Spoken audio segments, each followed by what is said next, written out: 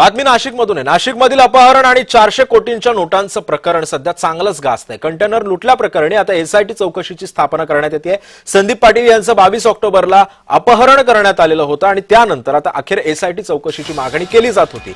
त्यानंतर नाशिकमधील अपहरण आणि 400 कोटींच्या नोटांचं प्रकरण निकाली लागलं आणि अखेर आता एसआयटी चौकशीची सुद्धा स्थापना करण्यात येते।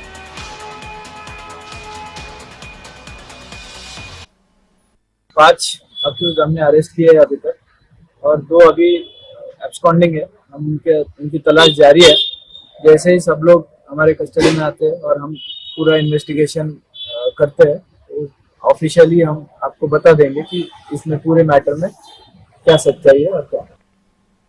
आणि या संदर्भामध्ये अधिक माहिती जाणून घेत माझे सहकारी किरण गोटूर सध्या आपल्यासोबत जोडले गेलेले आहेत। किरण, एसआयटीची चौकशी स्थापन होती, या संदर्भामध्ये एसआयटी बसवली आहे, काय माहिती आहे नेमकं आता कशा पद्धतीने या प्रकरणाचा तपास केला जाईल पुढे?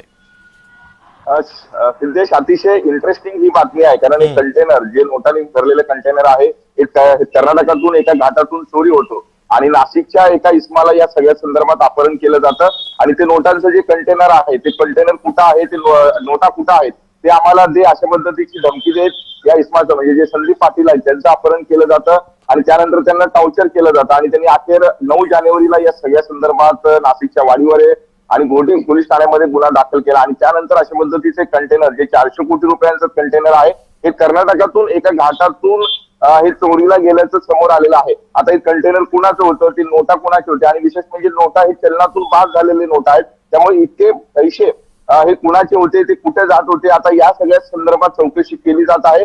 संदीप पाटील म्हणजे ज्यांचं अपहरण करून या नोटांची मागणी करण्यात आलेली होती, संदीप पाटीलांचं असं म्हणणं आहे की माझं या सगळ्या कंटेनर असेल किंवा पैसे असतील या कुठल्याही गोष्टीचा माझा संबंध नाही, मला विनाकारण टॉर्चर केलं जात होतं म्हणून मी गुन्हा दाखल केलेला आहे अशा पद्धतीचा खुलासा संदीप पाटील यांनी दिलेला आहे। त्यामुळे आता या सगळ्या गोष्टीला एक वेगळं वळण मिळालेलं आहे। या सगळ्या संदर्भात चौकशी करण्यासाठी नाशिक ग्रामीण पोलिसांनी एक विशेष जे आहे ती एसआयटी पथकाची सुद्धा हे नेमणूक केलेली आहे। त्यामुळे आता हे कंटेनर आणि हे पैसे हे नेमकं कुणाचे होते आणि ते कुठून चोरीला गेलेले आहेत आणि खरंच चोरीला गेलेले आहेत का, या सगळ्या संदर्भात आता एकूण चौकशी जी आहे होताना आपल्याला बघायला मिळते आणि ज्या लोकांनी संदीप पाटीलचं अपहरण केलं होतं ते 8 लोकांना आता नाशिक पोलिसांनी ताब्यात घेतलेलं आहे। अधिक सगळी जी चौकशी आहे ते पोलीस करताना बघायला मिळत आहे। नक्कीच या किरण, आता या सगळ्या संदर्भामध्ये नेमका काय तपास पोलीस करतात आणि चौकशी अंती नेमकं काय काय समोर येतं आपल्या हे सुद्धा पाहणं महत्त्वाचं ठरणार आहे। धन्यवाद आपण दिलेल्या या सविस्तर माहितीबद्दल।